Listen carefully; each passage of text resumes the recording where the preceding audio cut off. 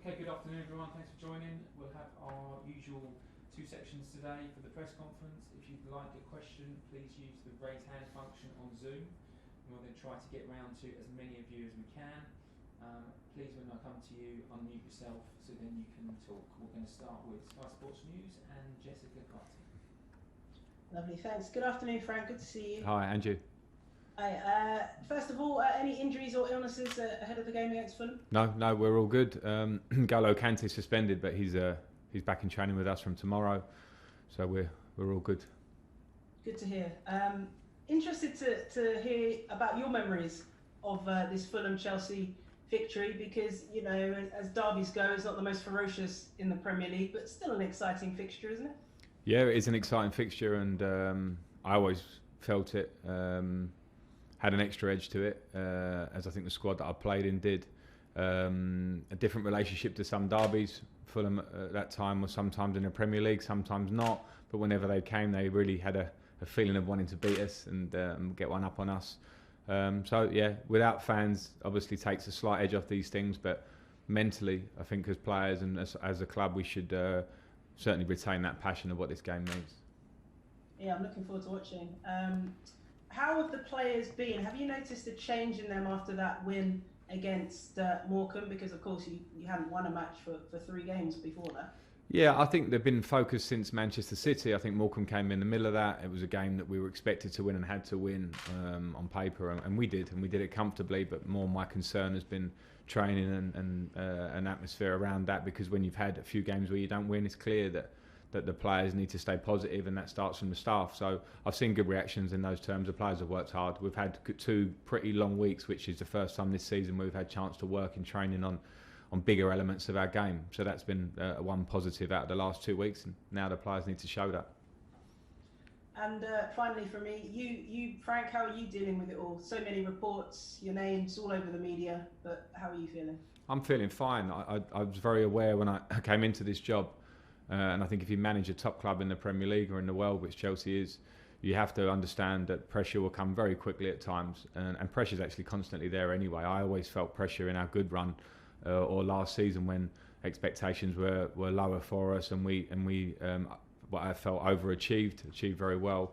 So it's very normal. I've been here as a player for a long time, so it's part of my job. It actually focuses my concentration completely on how to get us some results, because we know in the last few games it hasn't been good enough, and that's fine for me. Frank Lampard, PLP. Thanks. Hi Frank. Hi. You've got a really good record against Fulham, unbeaten in the league since 2006. Does that help mentally in any way, especially after that defeat to Manchester City? No, and I hope that's not pessimistic. It's not. It's just a reality of football. Fulham are playing well. Fulham played very well last night against Tottenham, a game that they probably felt like they maybe could have won, but they played very well in the game, and that's been their recent form. So I think previous history before that goes away. Yeah, I was going to ask you about their form actually, because obviously they had a poor start to the season, but Scott Parker's really made them hard to beat lately, taking points from Liverpool, Leicester, Southampton and Spurs.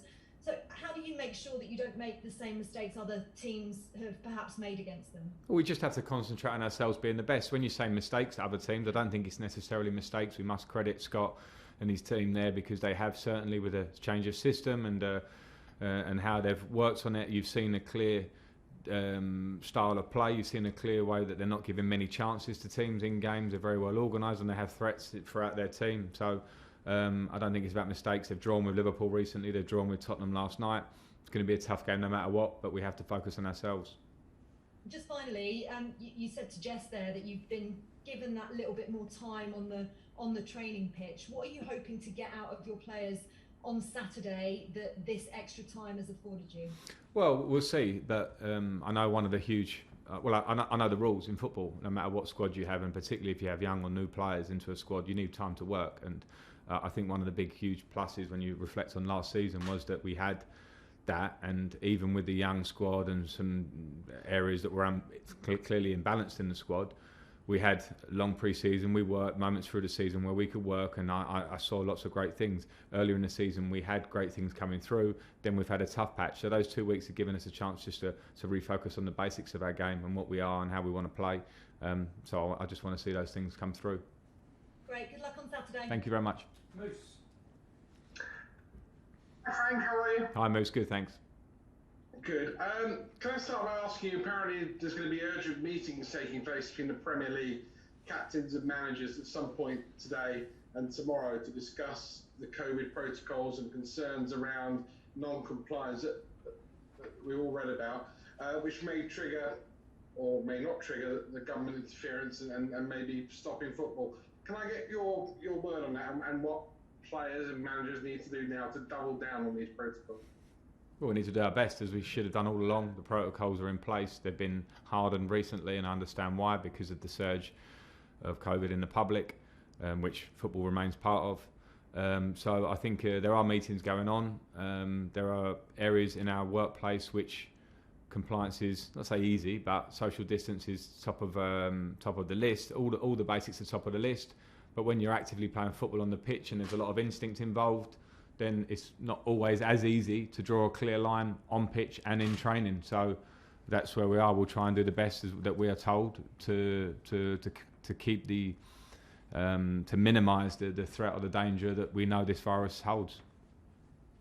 Would you and are you actively telling your players not to go and celebrate after goals, not to high-five players they would know on the other team at the end of games?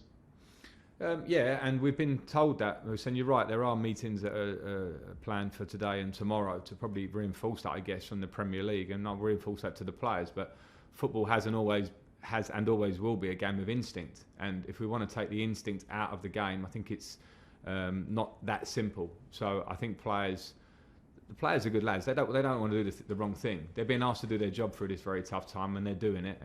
And that's the way it is, and I understand that. But when they're on the pitch and if they score a goal, we'll try and adapt slightly as well as we can. Ideally, in a perfect world, we'll all walk back to the halfway line and just start again. But with football, maybe it won't quite be the case. And I don't think you can hold players hugely to account unless there's clear flouting of those rules. But that's certainly not an easy line to draw in-game in football.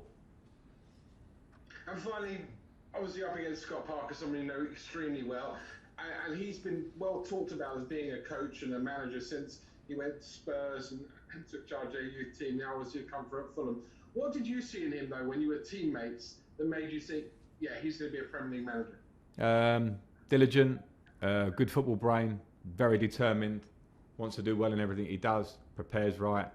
Everything as a player made me think that Scott could go on to coaching and management. It's always, the only doubt is always, do they want to? And he showed his idea, his hand very quickly when he got into his coaching badges and started his pathway with youth teams, etc. And I think he's done fantastically well and is doing fantastically well and will continue to do so. Brilliant. Good luck, Frank. Thank you. John Southall, 5 Live. Hi Frank. Hi John. Just on Scott Parker, can you understand his complaints from midweek, Scott Parker, that the game was rearranged at such short notice? Or in the current climate, is that something that could happen to any club and you've just got to take it on the chin and get on with it? Well, yeah, I don't think Scott was saying that in the current climate it can't happen. I just think he was talking about how he was, how they were notified and when they were notified that the game was going ahead. Because we do as managers plan, every manager in this league plan for games, squad, games ahead. Because when you play every 2 or 3 or 4 days, you have to think about legs, and particularly, I guess, for Scott, if they've come through a time of isolations and positive tests through their squad, I'm sure it's been a tough time for him, so I would understand his frustrations. Do you think as a squad you're in a better place than you were, say, 2 weeks ago? You've had 2 weeks without a midweek game, so you've had a couple of weeks of full-on training, I'd have thought, haven't you? Yeah, we've had good work. We've had good work on the training pitch, so I've just been saying that. So that's been a positive of the 2 weeks. It's our first 2 weeks that we've been able to work through the week at a really physical level, which is important if you want to improve as a team. Just on, I know you've spoken about the new protocols, but I mean, if we're being realistic, how difficult is it to say to a player, if you score a goal, say in the 90th minute, you win a game, you can't celebrate? I mean,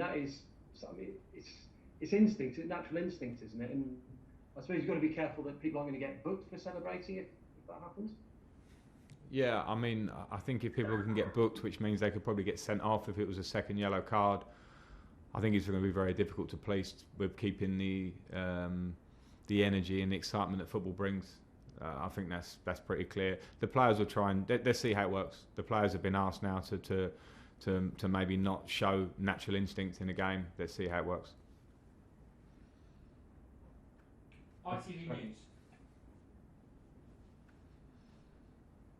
Yes, hello, it's Juliet Bremner here from ITV News. Can I just ask you, Frank, you said that it's instinct to celebrate after you've scored a goal, but many people might think this is arrogant because so many of us are having to do things that we wouldn't normally do. What do you feel about the fact that others feel that football players really should lead the way and show an example? Yeah, I think, just to be clear on that, footballers are doing everything that everyone else is being asked to do as well. Some people are being asked to work from home, footballers aren't. So they're being taking themselves into an environment where they're potentially maybe putting themselves in danger, but maybe the family they go home to, a pregnant wife, a grandparent, a parent, a brother, a sister as well. So I think we have to understand that footballers are human as well, and they're being asked to go and do their job in this moment. So I think that's one thing. And I think if you understand football and understand the passion and the instinct which every fan has, every person in the street has for football, if they love football, they understand that it can bring out emotions in you. So to control the emotions, I think, is a fair ask, but to dictate emotions, I think, will probably be very difficult on pitch. I just said before, I think we should see how this goes, because I think as it goes along, we'll see if players can control it. I hope they can, but this game, this beautiful game that we all love, does bring emotions out on the pitch. But what I want to be really clear about is that players are being asked to come to work and are doing everything they can to toe the line, as is every, hopefully, person in the public to toe the line to get us through this. Last two, Liam and then Nick Pure.